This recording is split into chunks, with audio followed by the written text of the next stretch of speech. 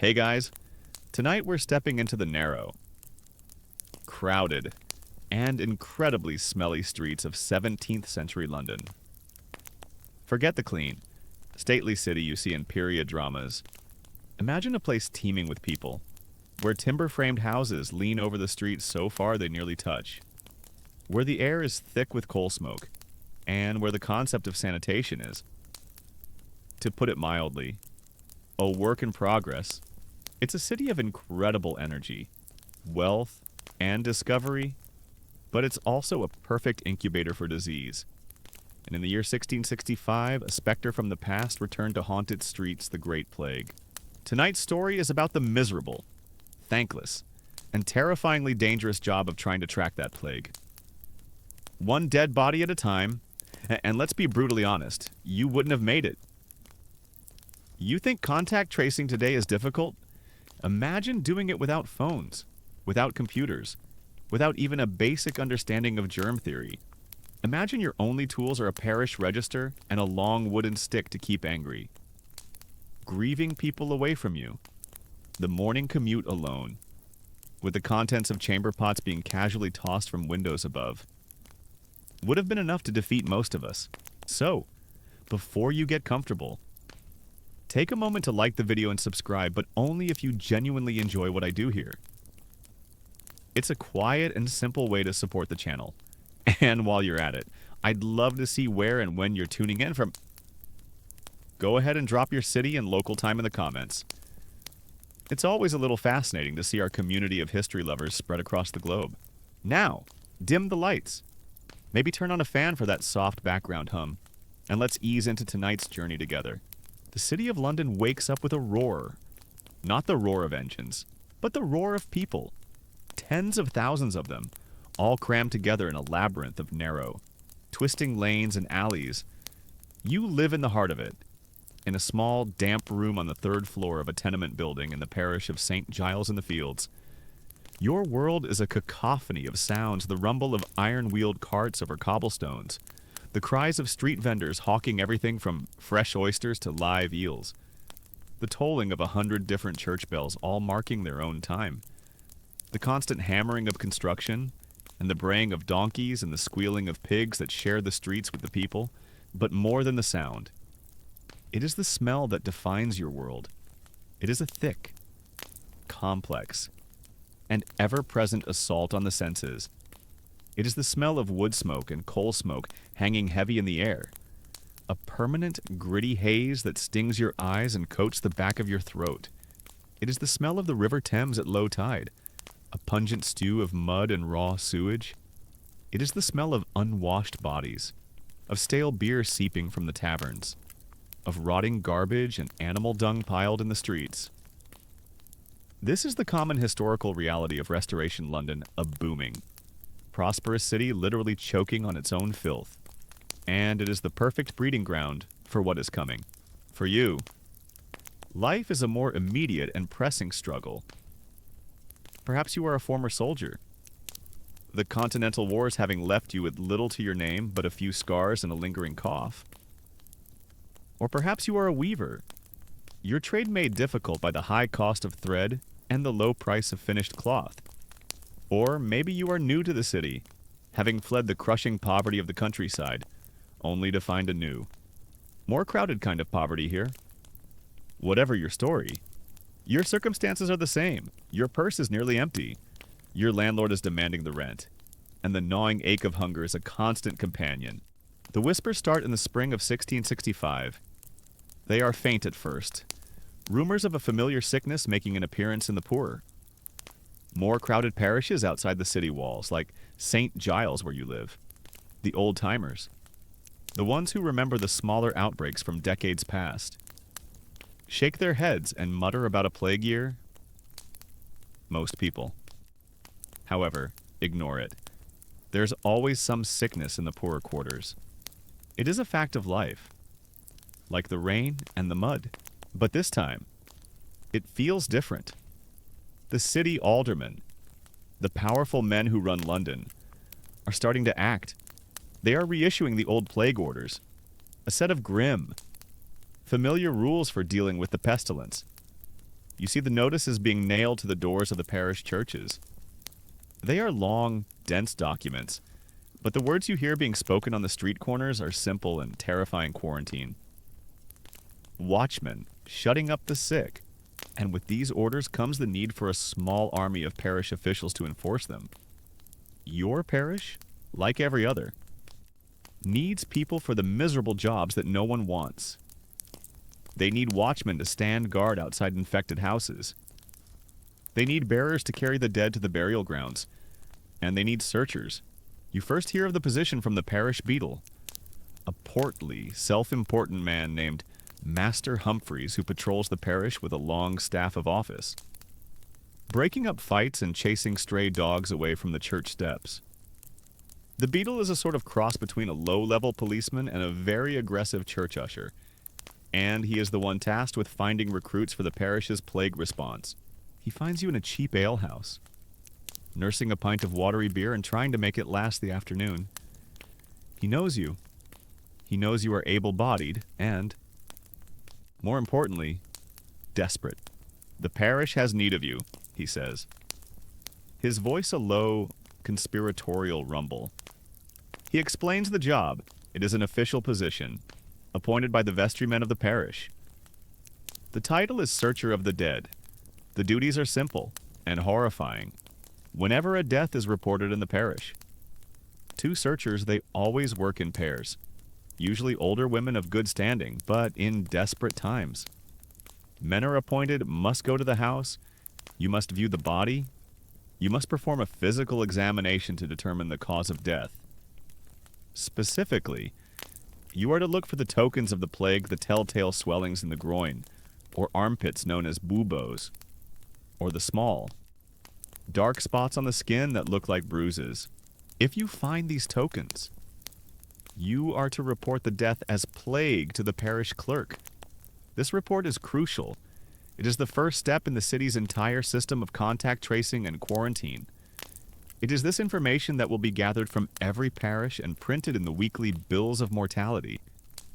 The city's grim scorecard of its battle against the pestilence. The job description is essentially to be a freelance forensic pathologist in hell. And the public will hate you for it. They will see you as an omen of death. Your very presence at their door will be a confirmation of their worst fears. If you declare a death to be plague, their house will be locked from the outside, a red cross painted on the door, and the entire family, the healthy and the sick alike, will be sealed inside for 40 days and 40 nights. You will not just be confirming a death, you will be delivering a sentence of imprisonment, and, very likely, a death sentence, to the rest of the household. It is a position of great public trust, the beadle says, avoiding your eyes. It is a position of great public danger. You counter, the pay is 2 shillings a week, he says. Getting to the heart of the matter, paid every Saturday, regular as clockwork, with a small allowance for bread and cheese. 2 shillings a week. It is not a fortune, but it is a steady wage. It is enough to pay your rent, to fill your belly. It is the difference between slow starvation and survival. It is a devil's bargain. Your life. In exchange for a wage earned by inspecting the dead, you tell them you will think on it. You walk through the bustling streets, your mind reeling. You see the city in a new light. Every crowd of people is a potential cloud of contagion. Every passing stranger is a potential carrier. The very air, thick with the smoke and smells of London, feels heavy with menace. You see a man selling broadsheets, shouting the week's news. The headline is about a great naval victory against the Dutch, but at the bottom of the page is the bill of mortality for the week. You buy a copy for a penny. You are literate enough to read it. You scan the columns of parishes, the numbers of dead, the listed causes. Buried this week, ague and fever. 21. Consumption. 45. Chrisms and infants. 32, and then, at the bottom, a single. Terrifying line. Plague 4. Only 4. In a city of nearly 500,000. It seems like nothing, but you know it is a lie. This is where the great academic debate about the bills of mortality begins. Historians will argue for centuries about their accuracy. The pressure to misreport a death was immense. A declaration of plague would shutter a business, ruin a family's livelihood, seal them in their home. So people lied. They bribed doctors and searchers to list the cause as spotted fever or griping in the guts. The 4 listed cases are just the ones that could not be hidden. The tip of a monstrous iceberg lurking beneath the surface of the city. You think about the job again. You think about entering those rooms, about touching the bodies, about the fear and hatred you will face. You think about the almost certain risk of contracting the disease yourself. Then you think about the gnawing emptiness in your stomach, about the look on your landlord's face the last time you were late with the rent. It's a choice between 2 kinds of death, one swift and terrible, the other slow and grinding. That evening, you make your decision. You go to the parish church, a small, grimy building crowded in by tenements. You find the beadle in the vestry. "I'll do it," you say. He nods, a look of grim relief on his face. He has found his man. He hands you your instrument of office. It is a long, slender wooden wand, painted white, about 6 feet in length. You are to carry this at all times. He instructs. It identifies you as a searcher. When you are on your duties, you are to hold it out before you, to keep people at a distance. Do not let anyone approach you. You take the white wand. It feels light and flimsy in your hand. A pathetic defense against a city of fear. This simple stick is now your shield, your scepter, your curse. It marks you. It sets you apart. You are no longer just another struggling soul in the great, anonymous mass of London. You are a searcher of the dead, an official witness to the coming apocalypse. And your miserable task is about to begin. For the first few days, your new position as a searcher of the dead is a kind of phantom menace. The plague is a rumor, a whisper in the smog-filled air of London. But it has not yet shown its face in your parish of St. Giles in the Fields. Your job consists of simply being a searcher, which is a miserable task in itself. You walk the crowded streets, your long white wand held out before you as instructed. The effect is immediate and profound. People see the wand, and they see you, and they shrink away. Mothers pull their children back into doorways. Drinkers in the taverns fall silent as you pass. You are a walking omen, a human memento mori. The public trusts you about as much as they would trust a rat carrying a tiny scythe. The parish beadle, Master Humphreys, assigns you your partner. They always work in pairs, he tells you, for protection and to corroborate each other's findings. Your partner is a woman named Goodwife Miller, a stoic, wiry widow in her late 60s whose face seems to be carved from weathered oak. Goody Miller has done this before. She was a searcher during the smaller outbreak of 36 and has the grim, unimpressed air of a professional who has seen everything and is bored by all of it. She is to be your mentor in this grim new trade. She gives you your first lesson as you stand in the shadow of the church. Forget what the doctors with their fancy Latin say. She tells you, her voice a low rasp. They'll call it ague, or fever, or flux. You're not looking for a name. You're looking for the signs, the tokens. She describes them with a clinical, dispassionate detail that makes your stomach churn. You are to look for the buboes, the hard, painful swellings in the groin, the armpits, or on the neck, behind the ears. And you are to look for the spots, a scattering of little dark marks on the chest and back, like flea bites, which she says are the truest sign of all. If you see the tokens, she says, her eyes meeting yours with a dead seriousness. There is no doubt. It is the plague, and you must not be swayed for a week.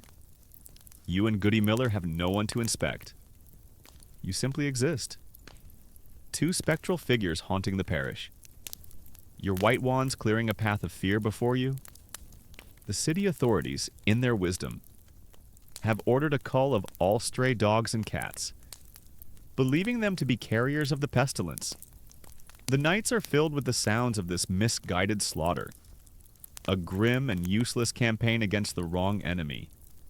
It is a perfect example of 17th century public health when faced with an invisible threat. Find something visible to kill. Then the summons comes. Master Humphreys finds you at your lodgings.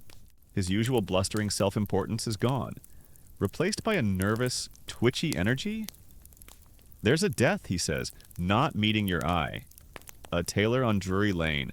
The family says he was taken by a sudden sweat. You and Goody Miller set out. You carry your white wands before you. The people in the lane see you coming. And the street, already quiet with fear, becomes utterly silent. Doors slam shut. Windows are shuttered. You feel 100 unseen eyes watching you as you approach the tailor's building.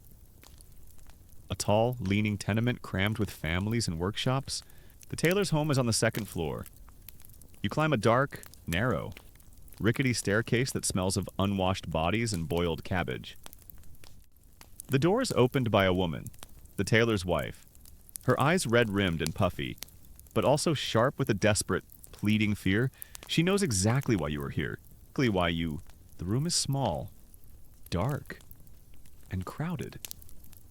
The family, the wife, 3 small children, and a young apprentice lives and works in this single space. A cutting table dominates the center of the room, littered with scraps of cloth. In the corner is a bed, and on the bed is a body, covered by a thin sheet. It was his lungs, you see, the wife says. Her voice a high, strained whine. He's always had a weakness in his chest. He worked too hard, and the good Lord saw fit to take him in his sleep. Goody Miller says nothing. She simply nods and walks towards the bed. You follow, your heart pounding against your ribs. The air in the room is thick and hot, heavy with the smell of sickness. Goody Miller takes a corner of the sheet. God rest his soul, she says, her voice flat. And she pulls it back, and the tailor is a young man, no more than 30. His face is peaceful, but his skin has a strange, dusky tone. Goody Miller leans in, her movements practiced and devoid of any hesitation. You force yourself to look, to learn your trade. She gently turns the man's head to the side. And there, on his neck, just below his ear, is the undeniable proof. It is a swelling the size of a pigeon's egg, a hard, angry knot of flesh. The skin over it a dark, bruised, purplish black. It is the most aggressive-looking weakness of the chest you have ever seen. It is a bubo. Goody Miller's eyes flick to the man's chest. She points with a gnarled finger. There, scattered across his pale skin, are the tokens. A dozen or more small, dark spots, like tiny ink blots beneath the surface. The evidence is absolute. The stories are true. The monster is real. And it is here. In this room, Goody Miller pulls the sheet back over the man's face. She turns to his wife. The woman is wringing her hands, her eyes darting between you and your partner. A desperate hope fighting against the inevitable. Good wife, Miller says. And her voice is not unkind, but it is as final as a judge's gavel. It is the plague. The woman lets out a sound that is half a scream, half a sob. No. She wails, no, it was a fever, I swear it. You can't do this. The apprentice, a boy of about 15, shrinks back into the corner. The small children, not understanding the words but sensing the terror, begin to cry. We have seen the tokens, Goody Miller says, her voice firm. We have no choice. We must make our report to the parish clerk. The woman collapses onto a small stool, her body shaking with sobs. She is not just mourning her husband. She is mourning herself and her children. She knows what is coming next. Your job here is done. You and Goody Miller turn and leave the room, the sound of the woman's weeping following you down the dark staircase. You step out into the lane, into the cool, grimy air, and you take a deep breath that does not feel clean. You have done it. You have performed your first official act as a searcher, You have diagnosed a death, and you feel like you have just condemned an entire family. You make your report to the clerk at the parish church. He records the death in his ledger with a grim nod. One more for the plague.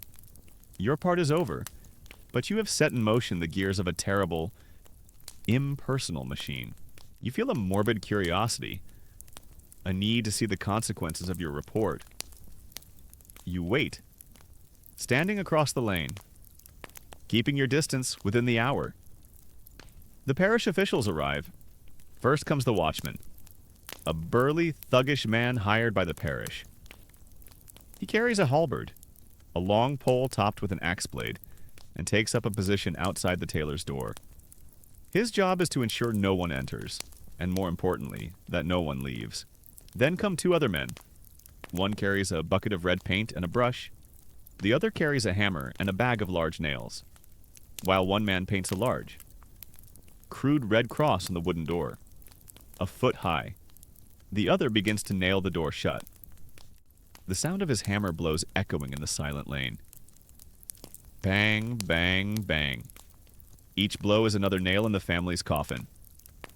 When he is done, the man with the paint daubs the grim, hopeful words above the cross. Lord, have mercy upon us. The door is sealed.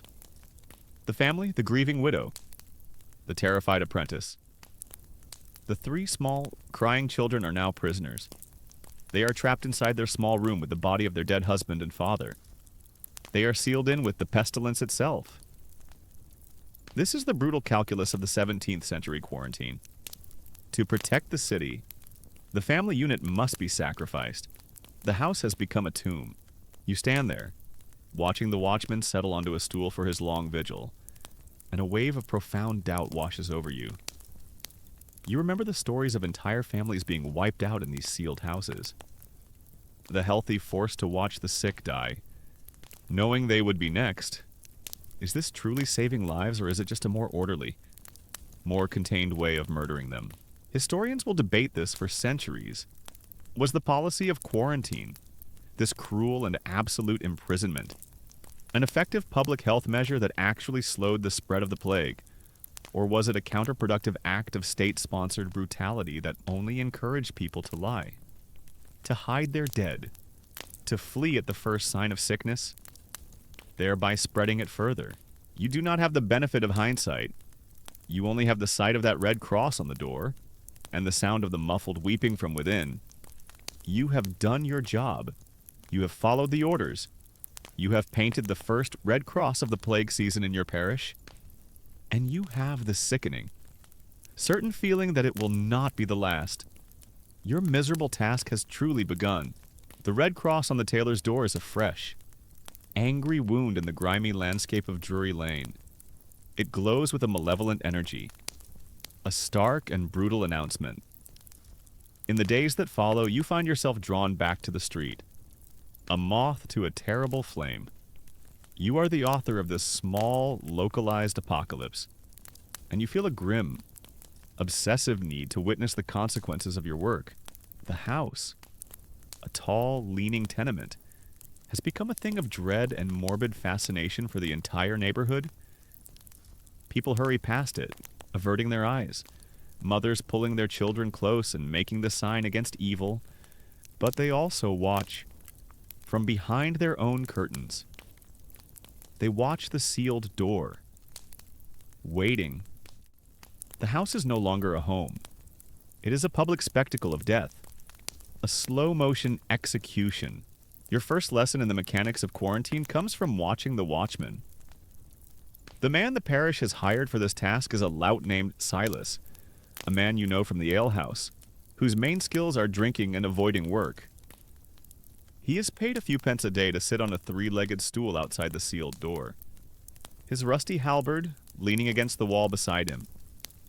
His job is to be a human lock, to ensure that none of the infected or their family members escape and spread the contagion. And to prevent any unauthorized persons from entering, he is the front line of the city's entire public health strategy. And you can see from the way he's already nodding off in the morning sun that the front line is not particularly secure. This is a common, Frustrating fact of the city's response, the most crucial jobs in the system are given to the least reliable men, because no one else is desperate enough to take them. You watch as a parish almoner arrives to perform the one act of mercy the system allows the delivery of food. He does not knock on the door. He places a small sack containing a loaf of bread and a jug of water on the cobblestones. A good 10 feet away, then he rings a small handbell and retreats quickly.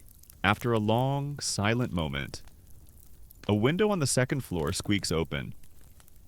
You see the face of the tailor's wife, her features pale and strained. She lowers a woven basket on a rope. It swings down, and the watchman, Silas, prods it with the end of his halberd until it is close enough for him to place the bread and water inside. The widow then hauls her meager supplies up, the basket scraping against the timbered front of the house. The window closes. The transaction is complete. It is a primitive, clumsy, and terrifyingly impersonal form of no-contact delivery, a sign of a world where human touch has become a poison. The first week is the week of dying. The sounds from the house are muffled and indistinct, but they are unmistakable. You hear the high, thin wail of a child in pain. You hear a man's voice, the young apprentice.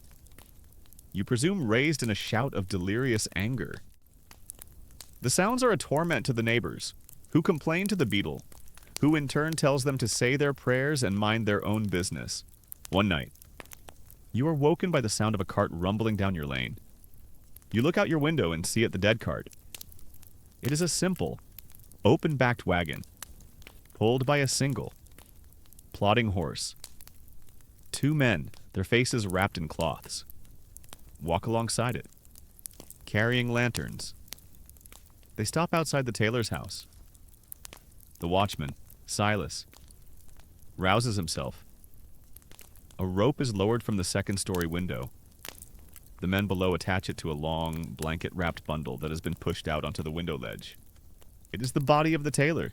Slowly, carefully. The body is lowered to the street. It is a grotesque parody of the basket of bread. The two men swing the body onto the cart, where two other forms already lie, and then they move on, their lantern light disappearing down the lane. The only announcement of their passing a small, tinny bell rung by one of the bearers. You have learned a new part of the system. This is how the dead are taken from the sealed houses. Not through the door, but through the window, like furniture being moved.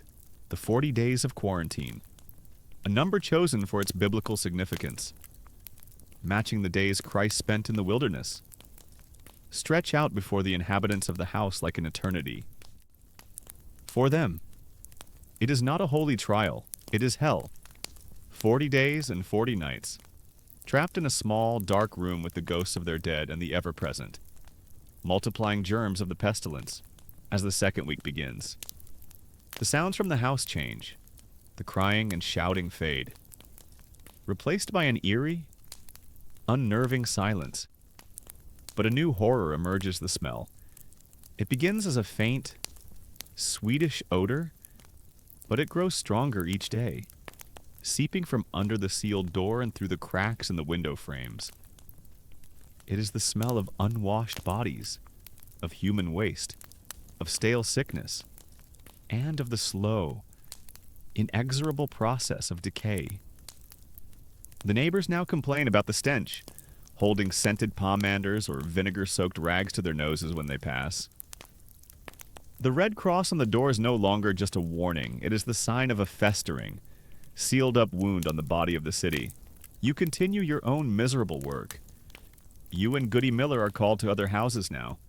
The plague is beginning its inexorable march through the parish. A baker, a candlemaker's family. The red crosses are multiplying on the doors of your neighborhood, each one a testament to your grim efficiency. Each time, you witness the same scene: the grief, the terror, and the final. Brutal act of the door being nailed shut. But your mind keeps returning to the tailor's house. It was the first, it is your benchmark for this new world of suffering. In the third week, You witness the inevitable act of desperation. You are walking home late one night when you see a shadow detach itself from the doorway of the tailor's house. It is the watchman, Silas, speaking in low, urgent tones with a figure cloaked in darkness. You shrink back into a darkened alleyway and watch. A small pouch is passed to Silas. You hear the clink of coins. Silas then turns his back, walks to the far end of his designated patrol area, and begins to study the night sky with a sudden, intense interest. A moment later, the second-floor window of the tailor's house creaks open. A rope is lowered, but this time, it is not a basket at the end of it. It is a small boy, one of the tailor's sons. His small body wrapped in a dark blanket. The tailor's wife lowers him slowly, her face a pale oval of terror in the window. The boy reaches the ground, and the cloaked figure a relative. You surmise scurries forward, takes the boy's hand, and they disappear together into the labyrinth of the city's alleys.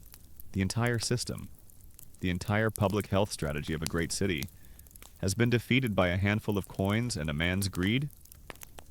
You have just witnessed the reality of the quarantine. The records in the Guildhall will show that the house was sealed. The orders followed. But the truth on the ground is a messy, desperate, and corrupt affair. Historians will one day debate how effective the policy of shutting up houses truly was. The official records present a picture of rigid control, but the reality was likely a patchwork of strict enforcement, bribery, and escape. How many watchmen were as corrupt as Silas? How many families managed to smuggle out their children, their servants, and with them the seeds of the plague? The system was only as strong as its most desperate victim and its most greedy enforcer. You do not report what you have seen. Who would you report it to, Master Humphreys? The beadle. Who hired Silas in the first place to do so would be to admit the utter futility of your own work. You are all just cogs in a grate. Failing machine. Performing your grim functions while the pestilence moves wherever it wishes. The 40 days finally, mercifully, come to an end. On a bright, sunny morning, Master Humphreys arrives, accompanied by a parish constable and you. You are here as the official witness. The constable, a large man with a very large crowbar, approaches the sealed door. The Red Cross is faded now, streaked with rain and grime. The words, "Lord, have mercy upon us," seem less like a prayer and more like a grim, unanswered question. The constable inserts the crowbar and, with a great screech of protesting wood and groaning nails, he pries the door open. The stench that rolls out is a physical thing. A wave of foul air that makes you gag and recoil. It is the smell of a tomb that has been sealed for too long. After a moment, the constable, his face pale, enters the house. Master Humphreys, holding a scented cloth to his face, follows. You force yourself to go in after them. The room is a scene of utter, squalid devastation. It is dark, the one window covered by a dirty blanket. The floor is littered with filth. In the corner lies a pile of soiled, stinking straw pallets, and on one of them is the only sign of life. It is the apprentice boy. He is sitting up, leaning against the wall, his eyes wide and vacant. He is skeletal, his skin stretched tight over his bones, his body covered in sores. He stares at you, but you are not sure he truly sees you. He is a ghost, a survivor from another world. The tailor's wife is dead. Her body lies on another pallet. Her face a peaceful, waxy mask. The other two children are also dead. The boy who was smuggled out, you later learn, died in his uncle's house in another parish, starting a new chain of infection there. The escape was for nothing. The system has, in its own brutal way, worked. It has contained the sickness to this one family, but it did so not by curing them, but by creating a sealed, inescapable death chamber. You look at the apprentice boy, the sole survivor, a young man who has spent 40 days watching his entire world die around him in a single. foul-smelling room, you look at his hollow eyes, and you see the true cost of your work. You are not an agent of public health. You are a jailer, a creator of tombs, and this is only the beginning. The red cross on the tailor's door acts not as a containment, but as a catalyst. Fear. Once a generalized anxiety in the parish, now has a focal point. And with that fear comes a desperate animal cunning. The people of St. Giles have seen what happens when you tell the truth. They have witnessed the 40 days of hell inflicted upon the tailor's family, and they have collectively, silently, decided they will do anything to avoid that fate. Your work, and that of Goody Miller, changes. The plague is no longer creeping. It is running. Each day brings new summons, new deaths. The parish clerk's ledger begins to fill with your grim reports. You become terrifyingly efficient at your job. You learn to read the signs from a distance, to smell the cloying sweetness of the sickness the moment you enter a room. You learn to harden your heart against the weeping of mothers and the terrified stares of children. You are a functionary of death, and the work is endless. Then, you are called to a house that is different. It is not one of the crowded, squalid tenements on the main lanes. It is a slightly larger, cleaner house on a side street, the home of a glover named Master Finch.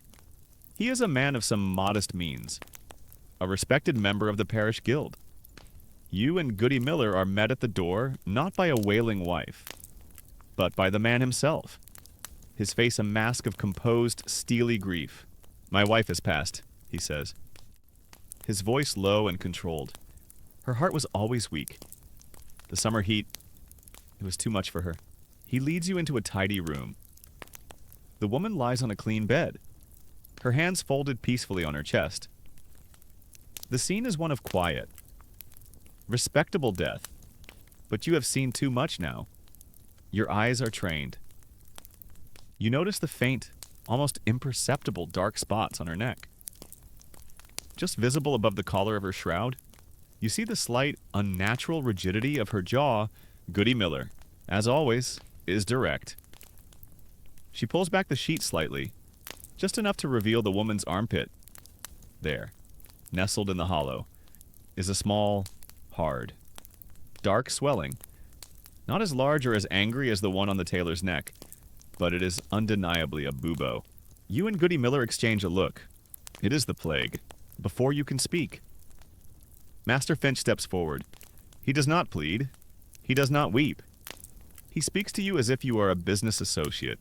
"Gentlemen," he says, his eyes meeting yours with a look of intense, pragmatic appeal. He addresses you both as men, a common slip when dealing with the strange authority of a female searcher.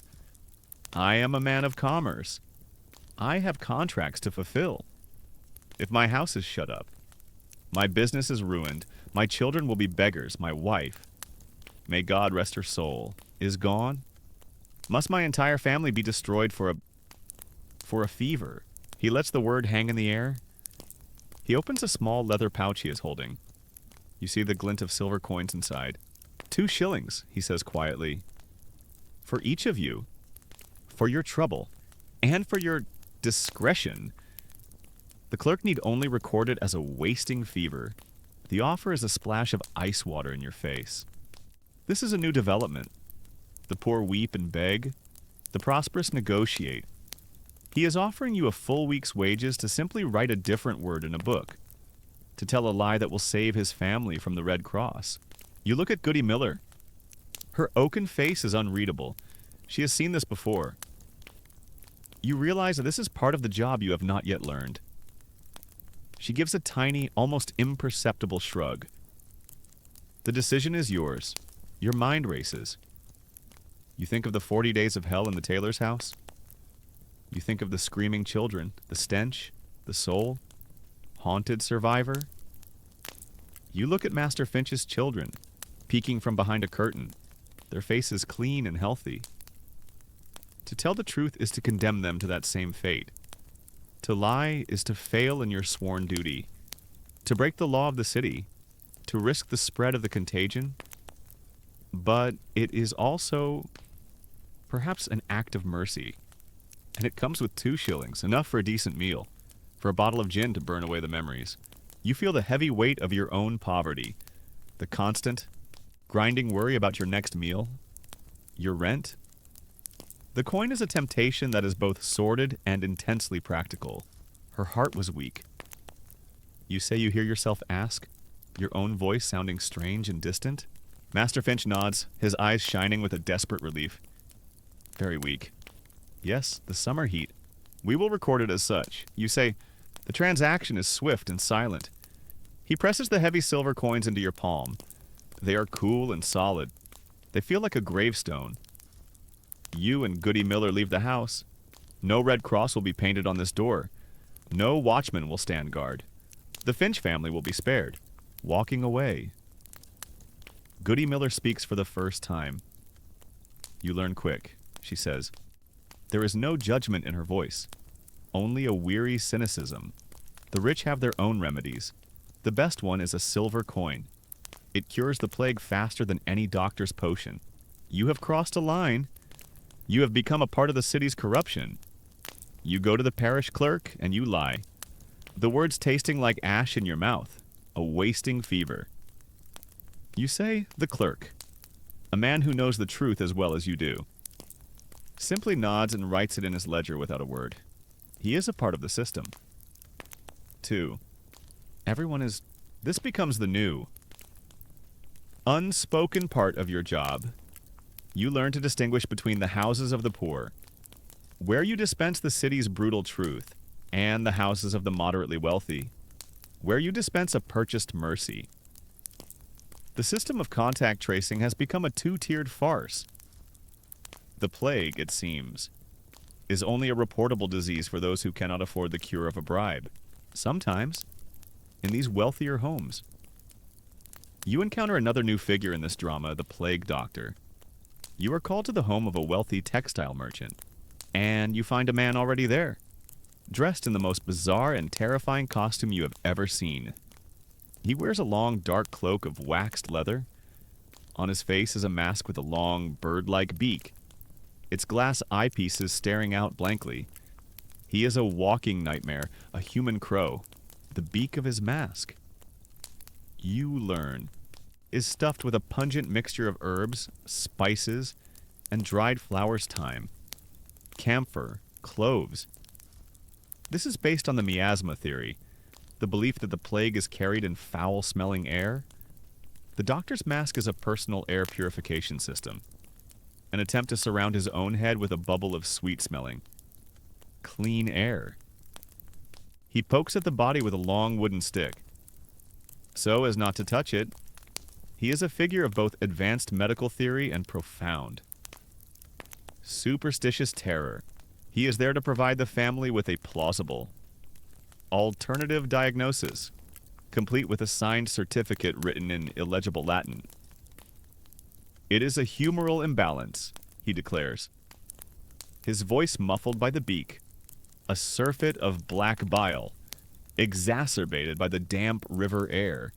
It is most certainly not the pestilence. He is your co-conspirator. He provides the scientific-sounding lie, and you provide the official one. You all play your parts in the grim, theatrical production of evasion. As you walk through the city, you see the direct results of this 2-tiered system. The Red Crosses bloom almost exclusively on the doors of the poor, in the crowded, filthy alleys. The wider streets of the merchants and guild members remain suspiciously untouched, at least according to the official record. Historians will one day debate the precise socio-economic impact of the plague, how it laid bare the brutal class divisions of the 17th century. For you, it is not a debate, it is your daily reality. You are the enforcer of a plague that, it seems, has a preference for the poor. The dark humor of your situation is not lost on you. Your job now involves a new and complex skill risk assessment and price negotiation. You learn to size up a grieving family, to estimate their wealth, and to know what price their freedom is worth. You have become the world's most morbid tax collector. The inevitable consequence of your actions arrives on a hot, Sticky evening in late July. You and Goody Miller take a bribe a whole 5 shillings this time from a goldsmith whose apprentice has died. The token's plain as day on his body. You dutifully record the death as convulsions. The house is not shut up. The goldsmith's business continues. 1 week later, you are summoned to the house directly next door. It is the home of a washerwoman, a poor widow with 6 children. You enter the single, damp room to find a scene of utter devastation. The widow is dead on her pallet. 4 of her children are also dead, their small bodies scattered around the room. The 2 surviving children are huddled together, their skin burning with fever. The dark spots already beginning to bloom on their chests. The infection, you know with a sickening, leaden certainty, came from the goldsmith's house, through a shared wall, through the air of the narrow alley, through some unknown vector. Your lie, purchased for 5 shillings, has flowed under the door and murdered an innocent family. You stand in that horrific room, the stench of death thick in the air, listening to the shallow, ragged breathing of the 2 dying children. You feel the phantom weight of the goldsmith's coins in your pocket. They feel heavier than all the bodies you have carried. Goody Miller places a hand on your shoulder. There is nothing to be done. Boy, she says, her voice unusually gentle.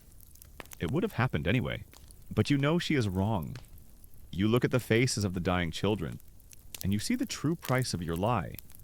The system has not just been corrupted, you are the corruption. You are no longer just a searcher of the dead. You have become one of the plague's most efficient and miserable agents. The ghost of the washerwoman's family haunts you. The weight of the goldsmith's 5 shillings in your pocket feels heavier than a millstone. You have learned the most terrible lesson of your new profession. Your lies have consequences. Your small act of corrupt, fear-driven mercy for one family has led directly to the annihilation of another. The knowledge is a poison in your soul, and there is no antidote, but the work does not stop. The plague does not pause for your crisis of conscience. It accelerates. The heat of August arrives, thick and oppressive, and the sickness seems to thrive in it. The number of deaths in your parish of St. Giles explodes. You and Goody Miller are run off your feet, trudging from one deathbed to the next. Your day is a monotonous blur of sickness, grief, and the quiet. Sordid negotiations with those who can afford to buy a different cause of death. Saturday is the day you both dread and crave. It is payday, and it is the day you must make your weekly report to the parish clerk. It is the day you must look your own lies in the face. You and Goody Miller make your way to the small vestry of St. Giles Church, which serves as the parish's administrative heart. The clerk is a man named Elias, a thin, stooped figure with ink stains on his fingers and a perpetually weary expression. His job is to keep the parish registers, to record the births, the marriages, and, now, the endless, overwhelming tide of deaths. He is the bookkeeper of the apocalypse. He sits at his high wooden desk, a massive leather-bound ledger open before him. The air in the small room is thick with the smell of old paper, dust, and melting wax. Elias does not look up as you enter. He is already sharpening his quill with a small, sharp knife. "The weekly account," he says, his voice a dry, emotionless monotone. "This is the ritual." You take out your own small, dog-eared notebook, the one in which you've kept a rough tally of your week's work. Your hand trembles slightly as you begin to read your report aloud. On Monday, you begin, your voice flat, the wife of Master Finch, the Glover, a wasting fever. You do not mention the bubo you saw, or the 2 shillings you received. Elias simply dips his quill in the ink pot and, with a neat, precise script, he writes the name and the false cause of death in his great book. He is not interested in the truth. He is interested only in the report. You continue down your list. On Tuesday, a baker's apprentice on Fleet Street. Plague. The clerk's quill scratches again. On Wednesday, the widow Jones, of consumption. Another lie. You remember the dark tokens on her chest and the desperate shilling her son pressed into your hand. And so it goes. You read out the names, a litany of the dead. For each one, you must declare the cause. And with each declaration, you must make a choice, reliving the moral compromises of the week. Some you declare as plague the poor, the friendless, the ones with no one left to bribe you. Others, you give the clean death of a fever or a flux. Their families' shame and terror bought and paid for.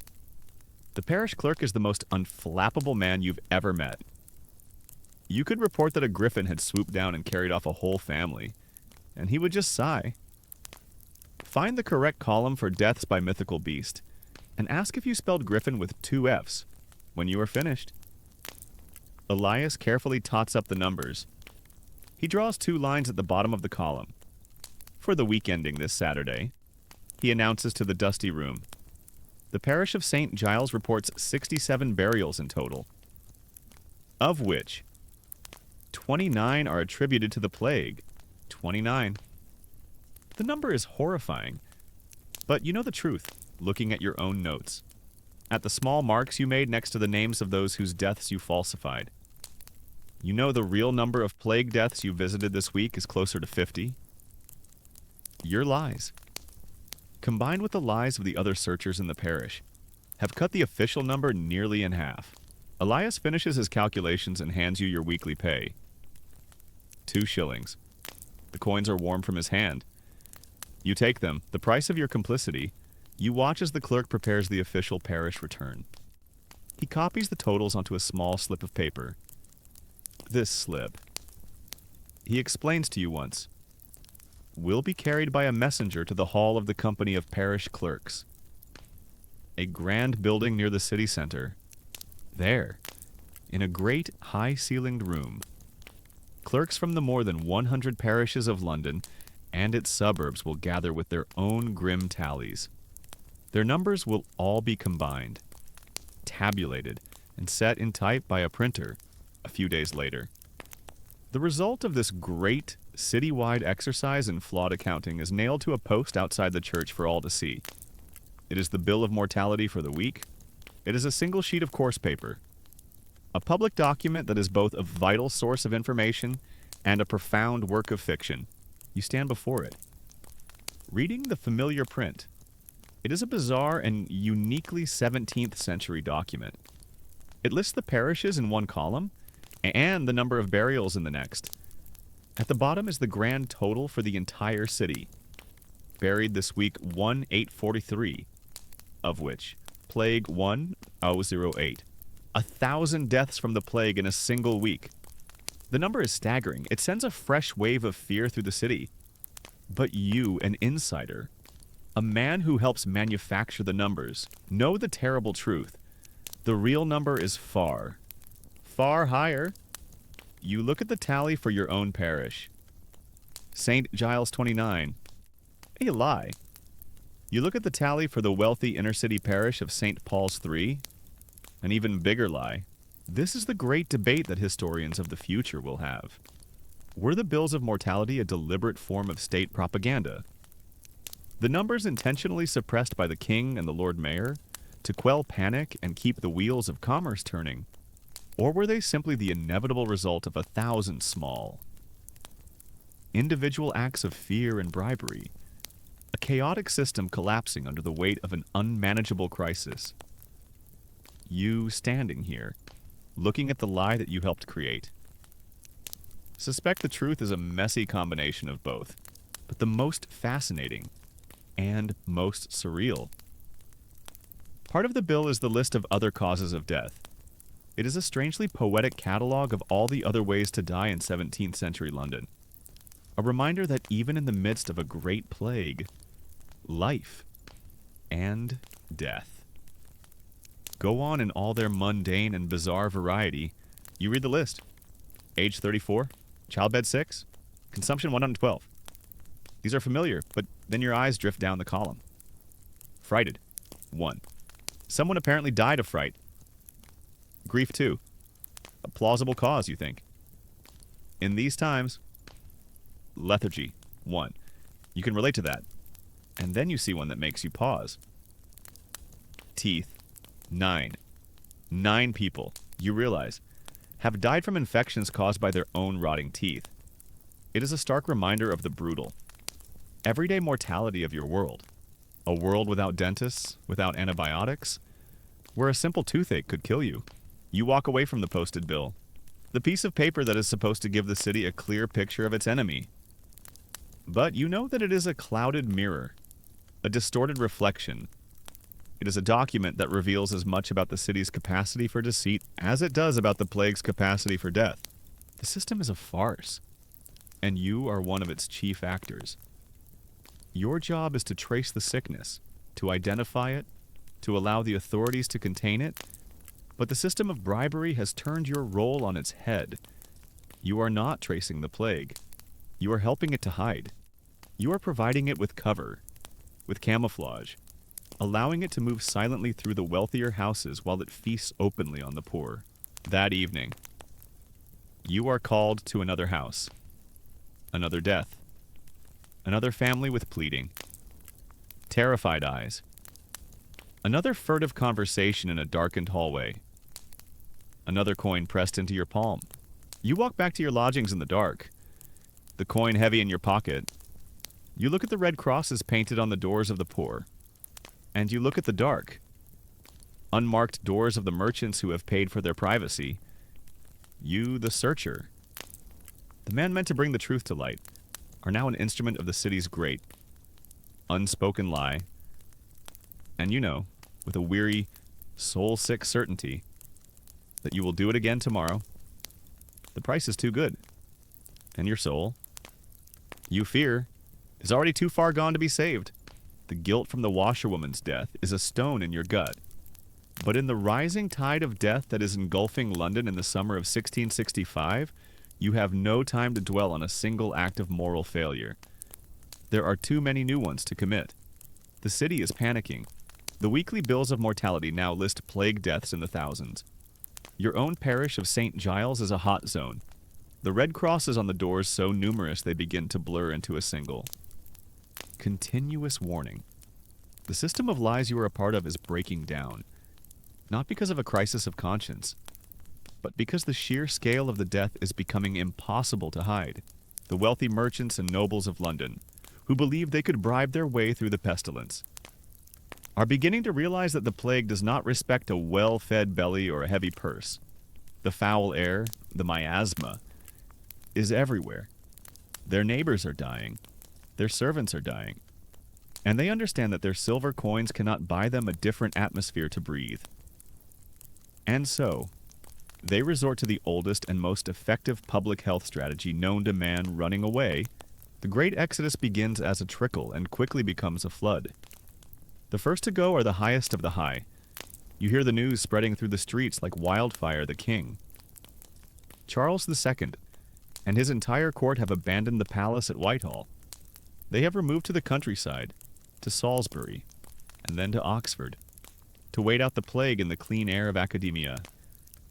The captain has left the sinking ship. His departure sends a signal of pure terror through the city's elite.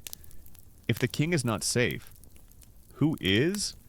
The answer is obvious: no one. Your daily walks through the city, once a journey through a landscape of sickness and fear, now become a journey through a landscape of frantic escape. The main roads leading out of the city are choked with traffic. Great. Heavy coaches.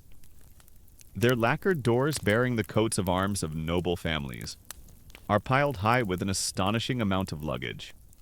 Trunks of clothes, crated furniture, rolled-up tapestries, cages of squawking chickens.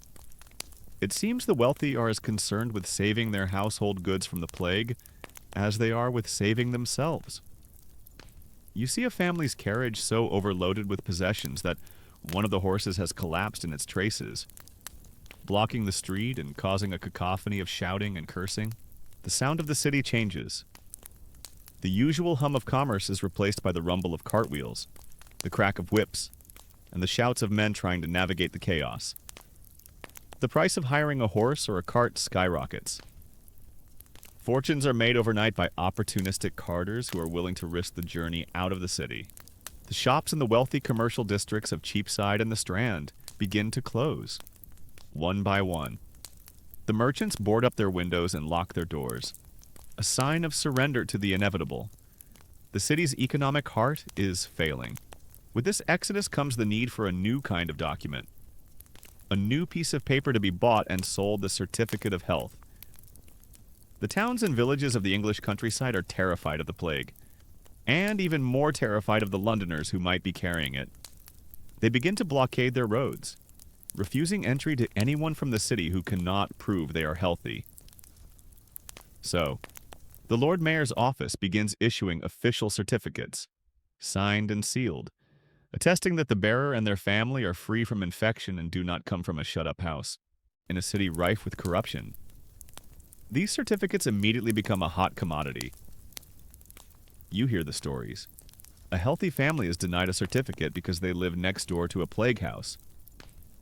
A wealthy merchant, whose own servant died of the plague just last week, a death you and Goody Miller dutifully recorded as fever for a hefty fee, manages to procure a clean bill of health through a well-placed bribe to a clerk at the Guildhall. The entire system of containment has become a farce. The wealthy are not just fleeing, they are buying their way out, armed with official lies that grant them passage and allow them to potentially seed the pestilence throughout the kingdom.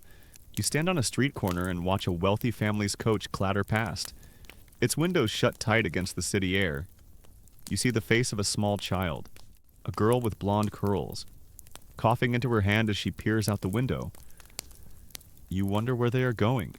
Will the clean country air save them? Or are they just a single, infectious seed from the great, rotten garden of London, about to be planted in some fresh, unsuspecting village? Historians will debate this for centuries. Was the flight of the wealthy a successful survival strategy that saved the ruling class? Or did it only serve to spread the Great Plague to every corner of England, turning a London-centric epidemic into a national catastrophe? Watching that coach disappear down the road, you suspect you know the answer. Your own work changes again. The steady, if grim, business of accepting bribes from the middling sort dries up. They are all gone now. Or going. The only people left in your parish are the desperately poor who have nowhere to go and no means to get there. And the essential, miserable functionaries like you who are paid to stay behind and manage the apocalypse. Your days now consist of visiting only the hovels of the destitute. There are no more negotiations here. No more silver coins pressed into your palm. There is only the raw, unvarnished truth of the plague. You and Goody Miller walk through streets that are eerily quiet. Your white wands held before you.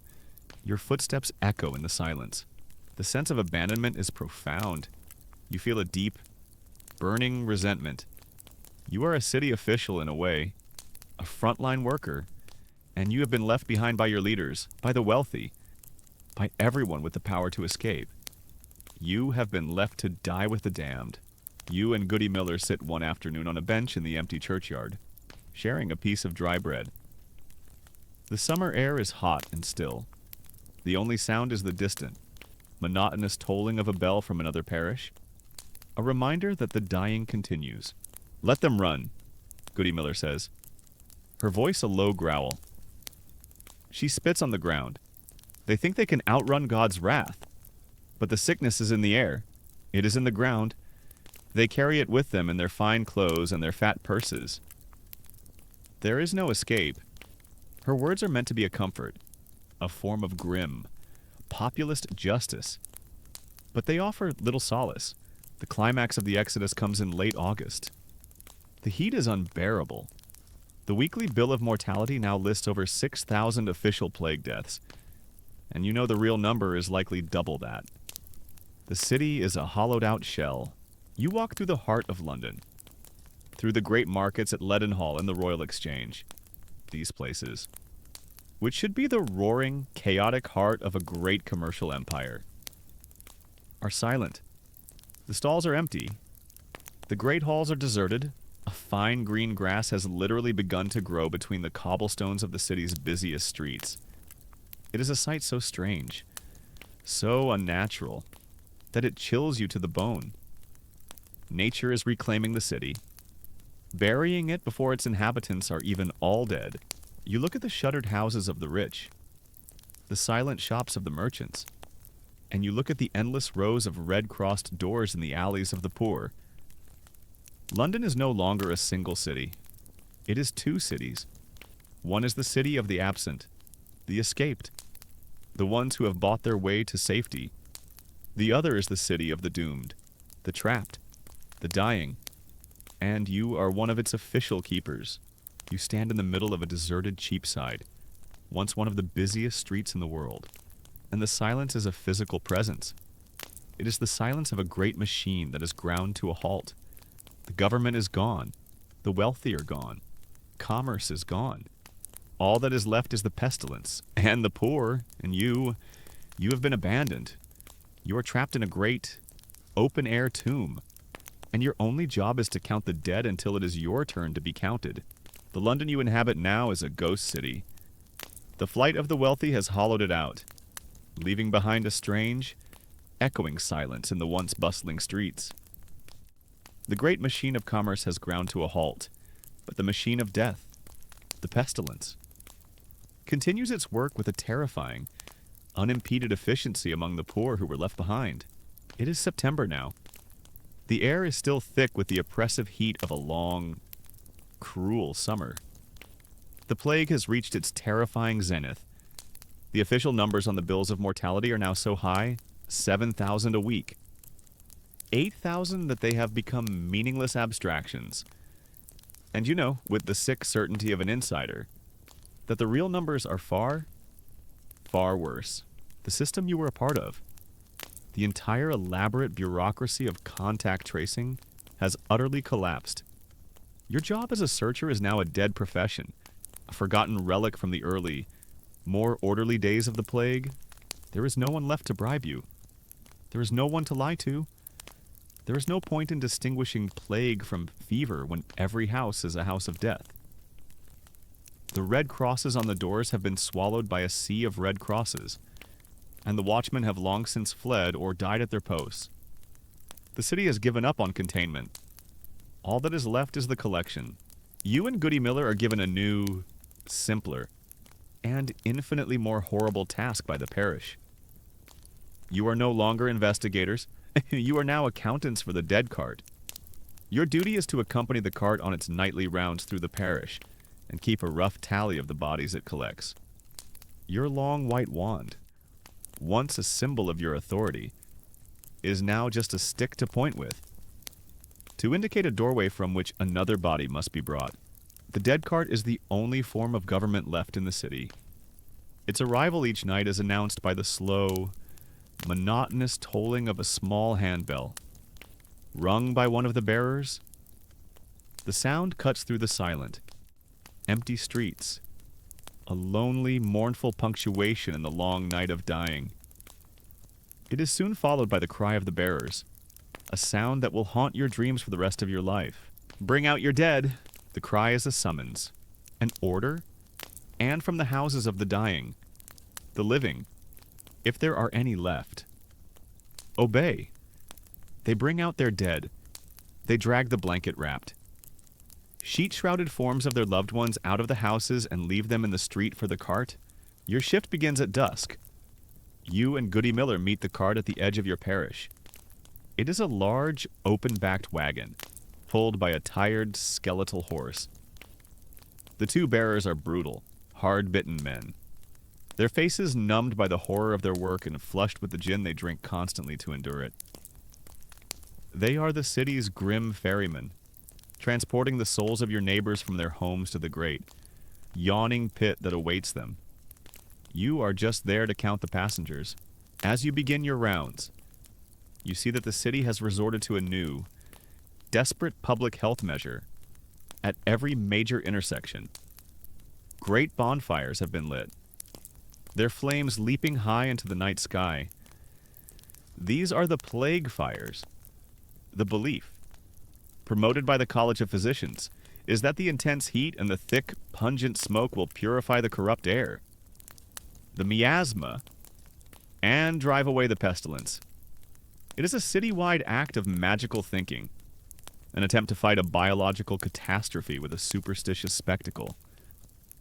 The fires do nothing to stop the plague, but they cast a flickering, hellish, orange and red glow over the empty streets, making your nightly procession feel like a tour of Dante's Inferno.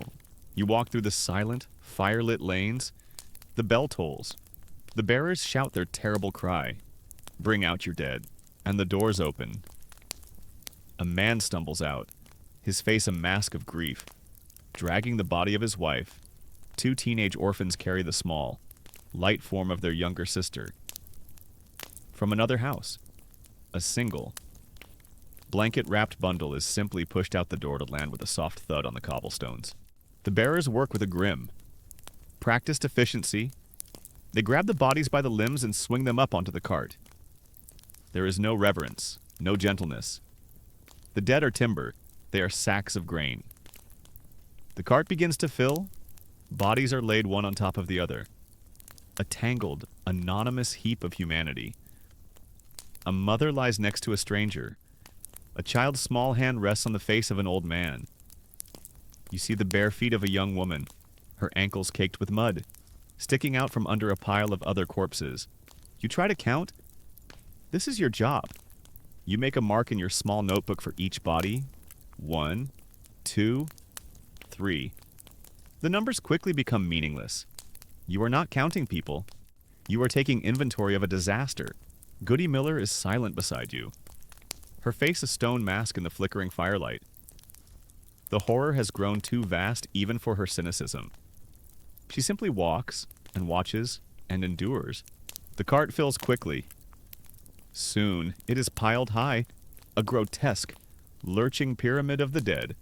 The bearers lash a rope over the top to keep the bodies from falling out as the cart rumbles over the uneven stones.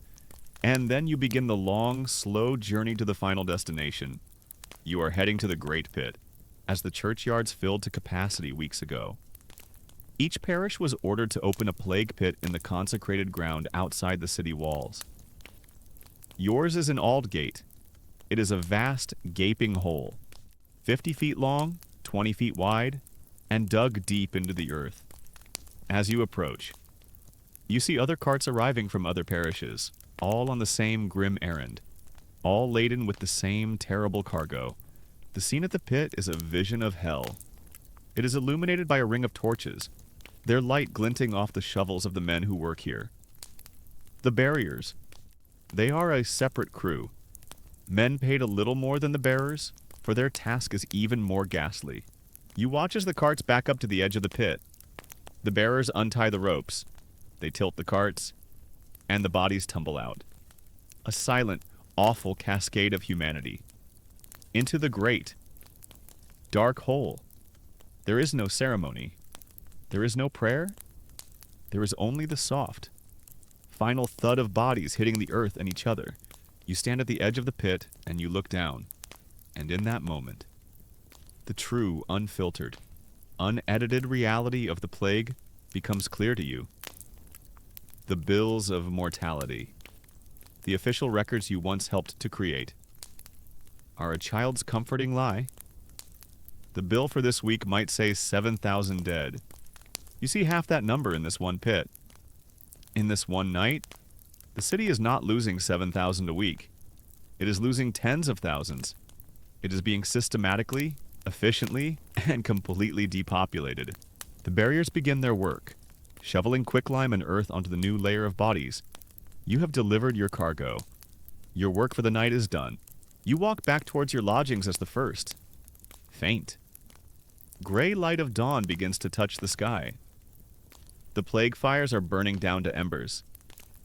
The streets are empty and silent once more.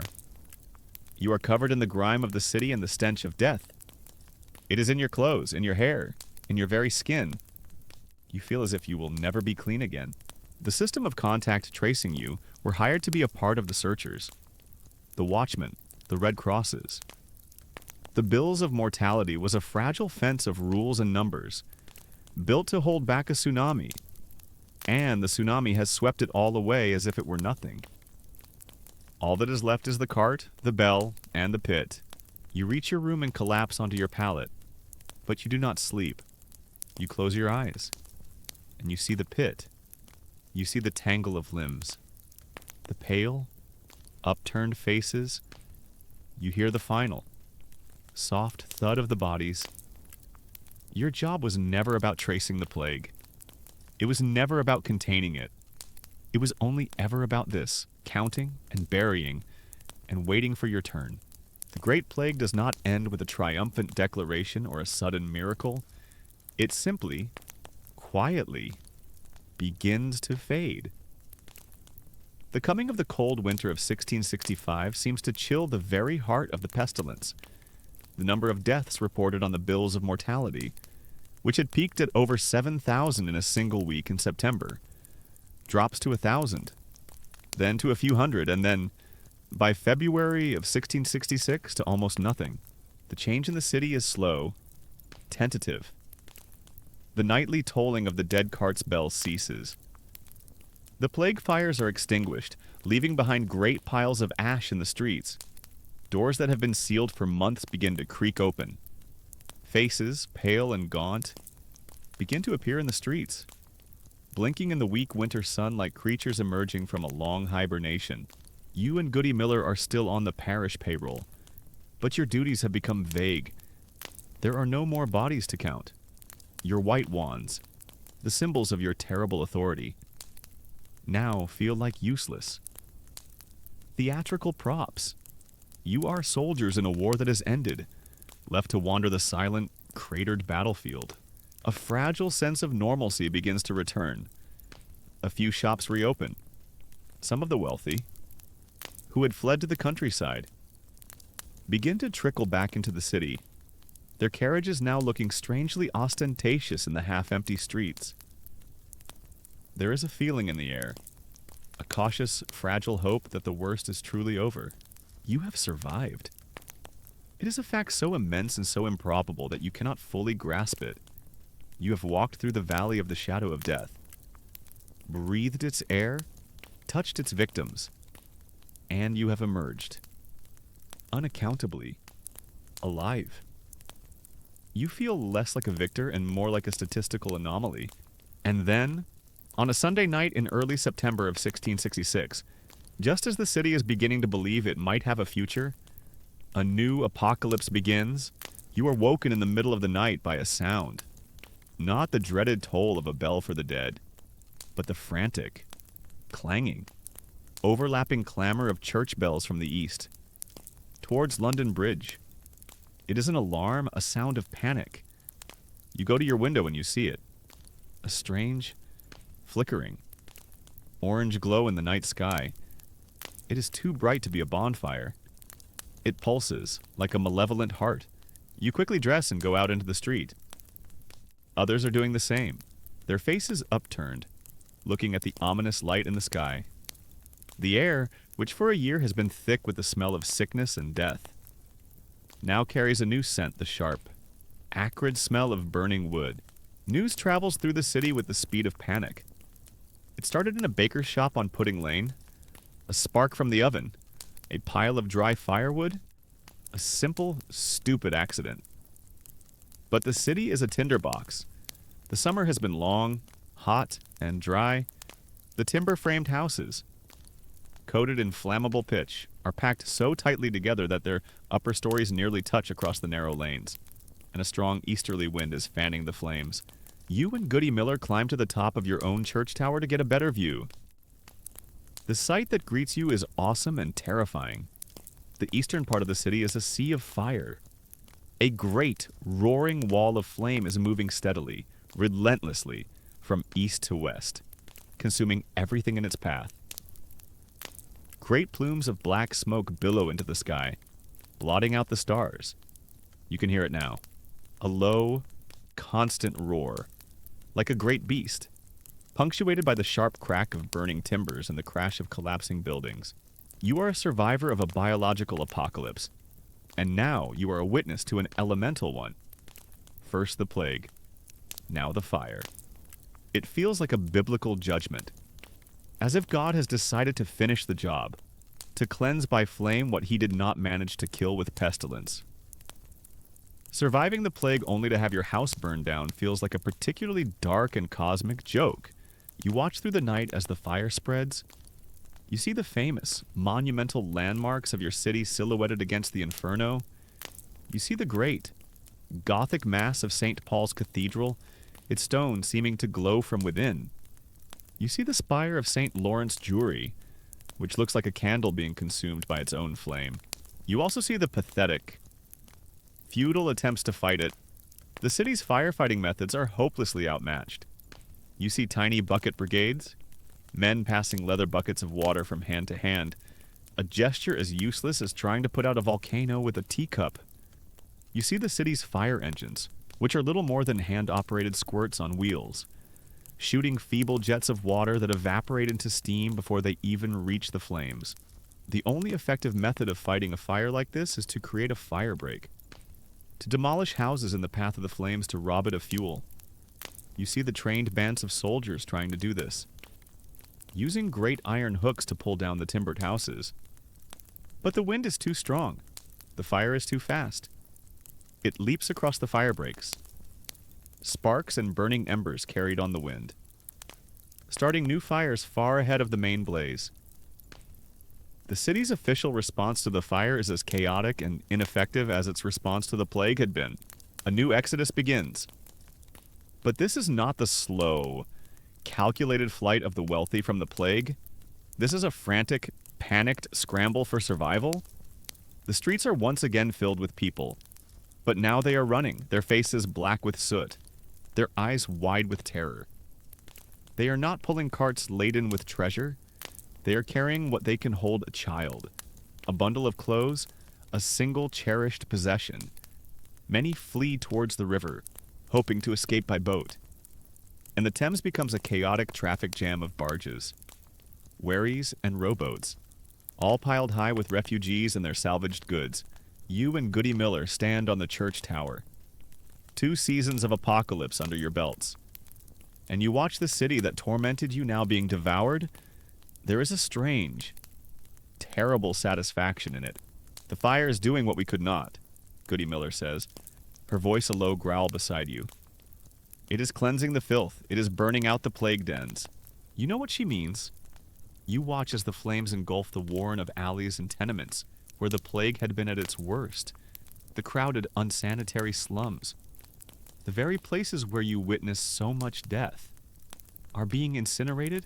A strange, terrible thought enters your mind. Is this fire a cure? Is it a great, fiery surgery, cutting away the diseased heart of London? Historians and scientists will debate this for centuries. Did the Great Fire of London help to end the Great Plague? Did it destroy the rat-infested hovels, the contaminated clothing and bedding, and sterilize the very ground where the sickness had thrived? Or was the plague already naturally on its way out, making the fire a final, catastrophic, but ultimately coincidental? Punctuation marks standing on this tower, watching the city burn. The question feels chillingly immediate. The fire rages for 4 days. It is a relentless, unstoppable force. It consumes everything: the wooden houses, the great stone halls of the guilds, the prisons, the markets, and 87 parish churches just like your own. Your parish, St. Giles in the Fields, is on the western edge of the city, and the wind, by a sheer miracle of fate, keeps the main blaze from reaching you. You are spared. You are a survivor. Once again, the climax of the destruction comes on the 4th day. You watch as the great St. Paul's Cathedral, the spiritual heart of London for centuries, finally succumbs. The massive lead roof melts from the intense heat, and you see molten lead running in fiery rivers down the streets. The ancient stone walls, heated to an incredible temperature, begin to crack and explode with a great, groaning roar that you can feel in your chest even from a mile away. The roof collapses, sending a great shower of sparks and embers into the sky.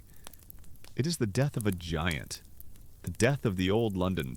The fire is finally stopped by a decisive, brutal act. The King's men use gunpowder to blow up entire city blocks, creating a firebreak so wide and so absolute that even the wind-driven flames cannot cross it. The roaring finally begins to subside, replaced by the crackle and hiss of a billion dying embers. When the sun rises on the fifth day, it reveals a new and terrible landscape. The city you knew is gone. From the Tower of London in the east to Temple Bar in the west, it is a vast, smoking, blackened ruin. 4/5 of the city within the walls has been destroyed. It is a desert of ash and rubble, punctuated by the skeletal, blackened shells of the stone churches. You have lived through the year of the plague, a time of biological horror, of invisible death that crept through the streets. And now you have lived through the week of the fire, a time of elemental fury, of a great, roaring, visible destruction. The plague took the people, the fire took their city, You walk with Goody Miller to the edge of the devastation. You stand on a hill and look out over the smoldering ruins.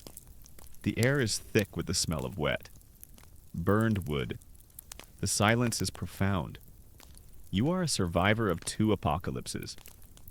Standing on the shore of a sea of ash, everything is gone. All that is left is to see what, if anything, will be built in its place. The fire dies down, but the city does not return to life. It falls into a new kind of silence. The silence of a battlefield after the battle is over. A thick, gray pall of smoke hangs over the ruins for days, and when it finally clears, it reveals a landscape of almost unimaginable devastation. You, a survivor of 2 apocalypses, now find yourself a resident of a city of ash and ghosts. Your job as a searcher, a counter of the plague dead, is now a historical curiosity.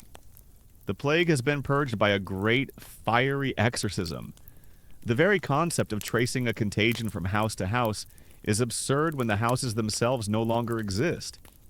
You are a man whose purpose has been rendered utterly obsolete by a catastrophe even greater than the one you were hired to manage.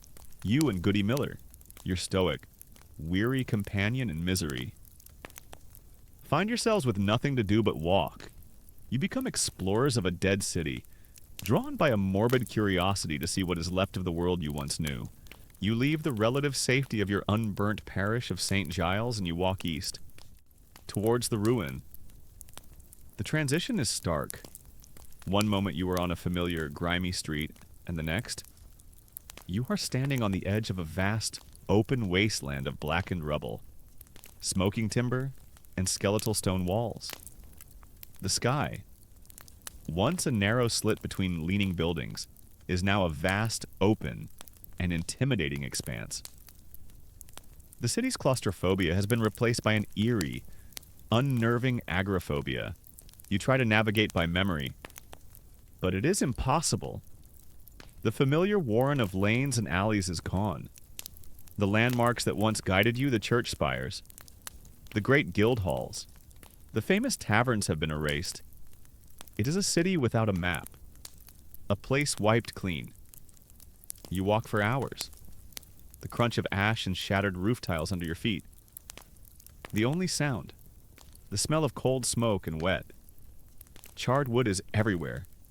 It is a clean smell, a sterile smell. Compared to the thick, human stench of the plague summer, the fire has scoured the city of its filth and its life in equal measure.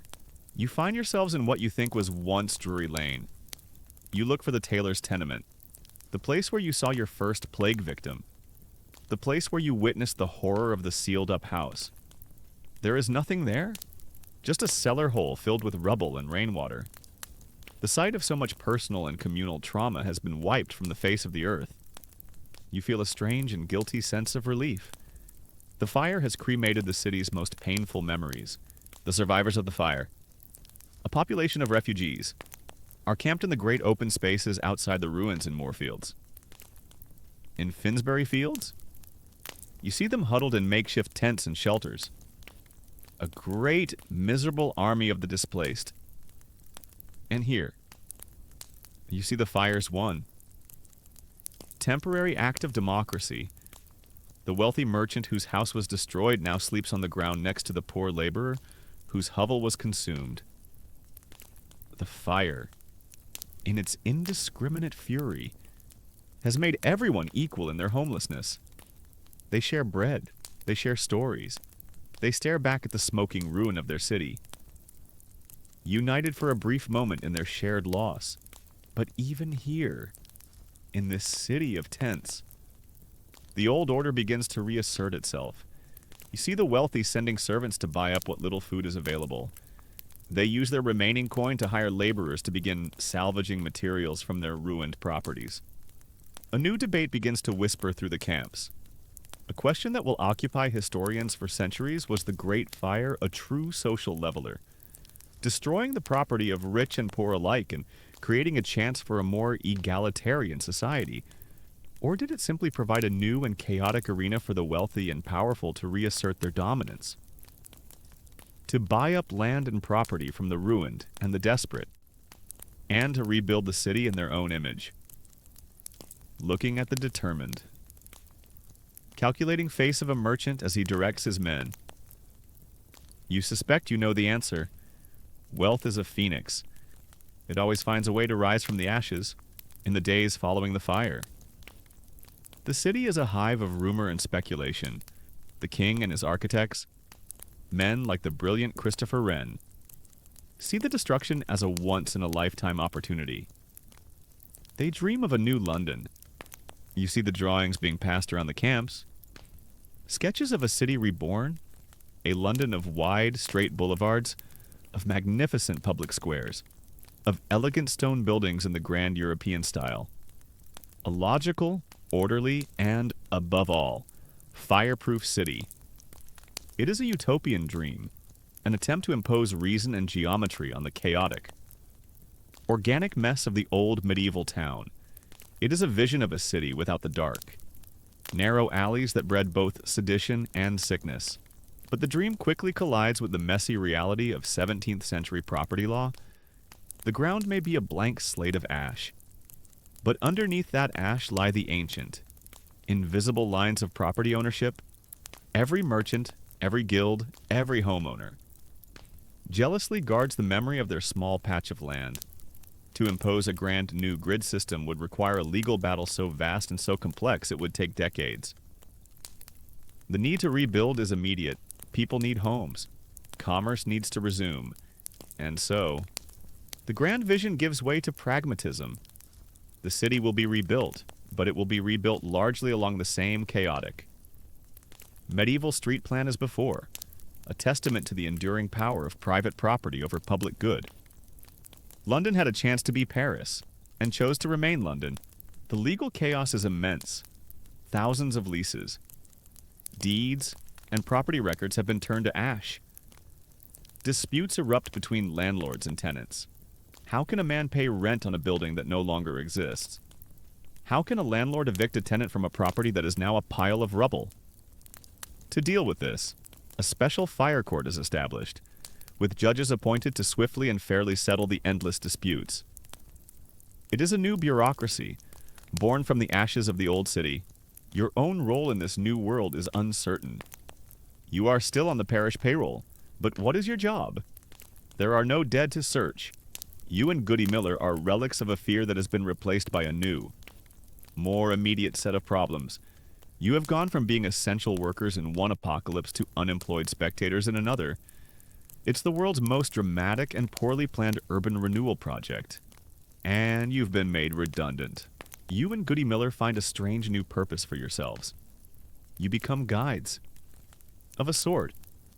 People who have returned to the city, trying to find the location of their old homes or businesses, are utterly lost in the new, ruined landscape. But you, who walked every lane and alley of this parish for a year, you know the city by heart. You can navigate the ruins, identifying a street by the surviving corner of a church foundation, or a house by the unique pattern of its cellar stones. You lead people through the devastation, back to the places where their lives used to be. The baker's shop was here. You tell a man, pointing to a pile of charred bricks, and the tailor's tenement was just beyond that puddle. It is a surreal and melancholy task. You are a tour guide of a dead civilization. One afternoon, you are standing with Goody Miller near the ruins of St. Paul's Cathedral. The scale of the destruction here is absolute. The great church is a hollowed-out shell, its mighty stone pillars cracked and fallen.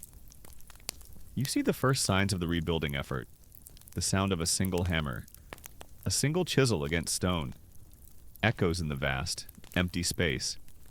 It is a small, hopeful sound, but it is a beginning. Well, boy, Goody Miller says, looking at the ruins and then at you. We survived the plague. We survived the fire. I suppose we can survive the rebuilding. You look at the blank slate of the city. The plague took the people. The fire took their houses, their businesses, their churches. It wiped away 1,000 years of history. The old London, the city of your youth, the city you both feared and, in a strange way, loved, is gone forever. All that is left is this city of ash and ghosts, and the daunting, terrifying, and perhaps hopeful task of building a new world on top of the old one. Your job as a searcher is over. Your new job, as a survivor, has just begun. The years are a great tide that washes over the city, scouring away the ash and the memory of the fire. London, with a ferocious, indomitable energy, rebuilds itself. 30 years pass. You are an old man now. The city of your youth, the filthy, chaotic, vibrant, timber-framed city of the plague, is a ghost. You are now a resident of a new London, a city of brick and stone, of wider streets and classical churches. A city born from the twin traumas of pestilence and fire. You sit on a bench near the newly completed St. Paul's Cathedral, the Great White Dome, a masterpiece of the New Age conceived by Sir Christopher Wren, soars into the sky, a symbol of the city's resurrection. The air is cleaner now, the streets are wider, and the houses no longer lean over them, shutting out the sun. It is a more orderly, more rational, and perhaps a little less interesting world. You are a relic, a man whose memories belong to a different city, a different time. Your job as a searcher ended with the fire, in the chaos of the rebuilding. You found work as a laborer, then as a watchman for one of the new merchant houses. You have lived a quiet, unremarkable life, distinguished only by the remarkable things you have survived. Goody Miller, your grim and steadfast companion, lived for another decade, her cynicism finally succumbing to old age. You buried her in a proper grave in your old parish churchyard. A simple Christian burial that in the plague year would have seemed like an impossible luxury. You take a walk through the new city, but your mind is a map of the old one. You walk down the wide, clean expanse of a newly paved street, and you remember it as a narrow, stinking alley where every other door was marked with a red cross. You see a grand new merchant's house of brick and stone, and you remember the leaning wooden tenement that once stood in its place. The one where you took your first bribe. The new city is a constant, gleaming monument to all that has been lost. Near the site of the old London Bridge, you look at the great column they have built, the monument, its gilded top representing the flames. You have read the inscription at its base, which for many years would blame the fire on a Catholic plot. A convenient lie to channel the city's grief and anger. It is a grand memorial to the fire, the disaster that destroyed property. But you know that there is no great monument to the plague, the disaster that destroyed the people. This is the great. Strange truth you have learned. A city remembers what it chooses to remember. It memorializes the tangible loss of stone and wood, but it works very hard to forget the shameful, intimate, and much deadlier loss of its own citizens. Historians will debate how societies construct their collective memory, how they choose which traumas to honor and which to bury. You know the answer. You bury the ones that reveal your own helplessness, your own panic, your own moral failures. You bury the memory of the dead carts in the plague pits. You bury the memory of your own miserable and flawed and failed system of contact tracing. Sometimes, a young person, full of the confidence of this new, more rational age, will ask you what it was like in the old London, before the fire. You never tell them the full truth. How could you? How could you explain the smell? How could you describe the sound of the dead cart's bell in a silent street? How could you make them understand the terror of a red cross on a door? They would look at you as if you were mad. So you just smile and say, it was a darker, more crowded place. To be sure, you see young people today complaining about the city being too crowded. And you have to suppress a bitter laugh. You want to tell them, son, I've seen a single cart more crowded than this entire street. You hear them talk of a new play or a public concert, and you remember when the greatest public spectacle in London was watching your neighbors get locked in their homes to die? The city has forgotten, but you have not. You are the city's unofficial bill of mortality. You are the living record. You remember the names, the faces, the bribes, the pleas. You remember the weight of the white wand in your hand, a tool that was supposed to bring order but instead became an instrument of terror and lies. The entire system, the great effort at contact tracing, was a failure from the start. It was based on a flawed understanding of the disease, enforced by unreliable people, and crippled by the understandable human impulses of fear and self-preservation. It was a system that could never have worked. It was a net woven of string. Meant to catch a river, you are sitting on your bench as the sun begins to set, its light turning the white stone of St. Paul's a soft, rosy pink. The city is preparing for the night. The link boys are lighting the new oil lamps that have been installed on the main streets. Another modern marvel. The world feels safe now, orderly, but you know how thin that veneer of order truly is. You know how quickly a city can descend into a nightmare? You know that the difference between civilization and a plague pit is only a matter of a few bad weeks. A young couple walks by, laughing. They are healthy, prosperous, and entirely unaware of the ghosts that walk beside them. They are living in the city that was built on the ashes of yours. And you find, to your surprise, that you do not resent them. You feel a strange sense of peace. Your miserable task, you realize, did not end with the fire. It has continued your whole life. It has been the task of carrying the memory, of bearing witness for all those who were silenced. You were a searcher of the dead, and your search never truly ended. You have spent your life searching for their faces in the crowds of the new city, for the echoes of their stories in the rebuilt streets. You look at the great, soaring dome of the new cathedral, a testament to humanity's stubborn will to rebuild, to create beauty from ashes.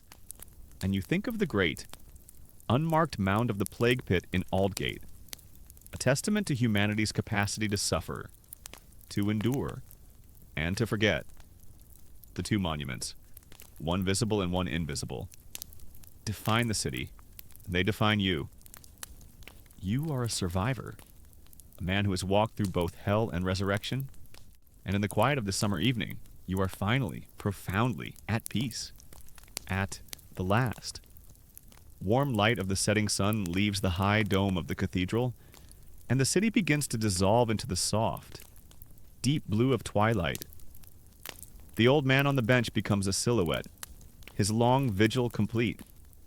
His story, with its sharp edges of fear and fire and grief, softens now, its details blurring as the first stars begin to appear in the darkening sky. Let the sounds of his London, the remembered roar of the flames and the ghostly toll of the dead cart's bell, fade away, replaced by the gentle, quiet hum of your own peaceful room. The weight of his memory is not yours to carry. His long task is over, and yours. Now is the simple, easy task of letting go. Feel the day itself begin to recede, its thoughts and worries drifting away like smoke on the evening air. The world outside your window grows quiet, its rhythm slowing to match the gentle, steady beat of your own heart. Your breathing deepens, each exhalation a soft sigh of release, carrying away the last vestiges of wakefulness. The darkness behind your eyes is a welcoming space, a quiet, empty church where the only service is one of deep and profound rest. There are no more stories to hear, no more sorrows to witness. There is only the feeling of sinking, slowly and effortlessly, into the soft, comforting depths of your bed. The night is a calm and silent river, and you can feel its current beginning to pull you along, away from the shores of consciousness and out into the deep. Peaceful waters of sleep. Surrender to it, let it carry you. There's nothing to do now but rest.